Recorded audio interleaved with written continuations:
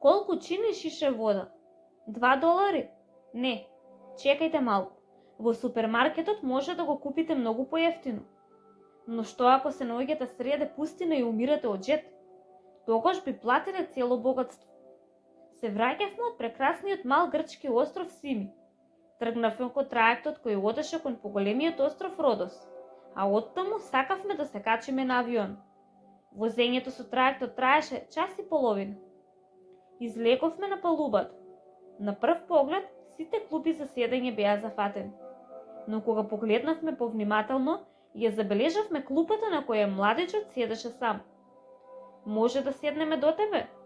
Тој се согласи и го доближи ранесот до себе, иако сакавме да седнеме спроти него. Си разменивме срамежливи насмевки, но потоа не се погледнавме. Со аголот од окото забележав уште една торба до него.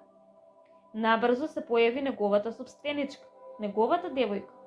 И таа љубезно ни се насмевна и возвративме, не прозборивме. По некое време станавме за да отидеме до задниот дел од бројот и да се збогуваме со прекрасниот остров. И гестикулиравме на девојката да ни ги причува работите. Тие кимнаа и се закикотија, без зборови. Бродот исплови и се вративме на клупата.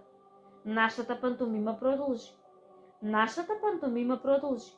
Отидов да земам вода. Кога помошникот ме праша колку шишиња вода сакам, наместо едно, реков 2. Немав намера да земам вода за двојката, но едноставно се случи. Сакам да споделувам. Кога се вратив на масата, го оставив едното шише со ладна вода пред младата девојка. Тие беа пријатно изненадени. Девојката ми се заблагодари и одеднаш мразот и тишина беа скршени.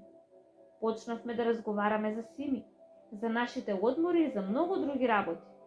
Сите бевме радосни. Не дека станавме најдобри пријатели, не разменивме телефонски броеви, не си ги раскажавме животните приказни. Сепак, не моравме да направиме ништо од тоа, но се поврзавме. Се чувствувавме добро. Се чувствувавме човечно. Нашите насмевки се претопија. Прекрасно беше. Кога стигнавме, топло се збогувавме, со зборови и љубезни гестови. Само малку е потребно да усреќиш некого. Колку ме чинеше шишето вода? Неколку $, колку вредеш? Илјадници.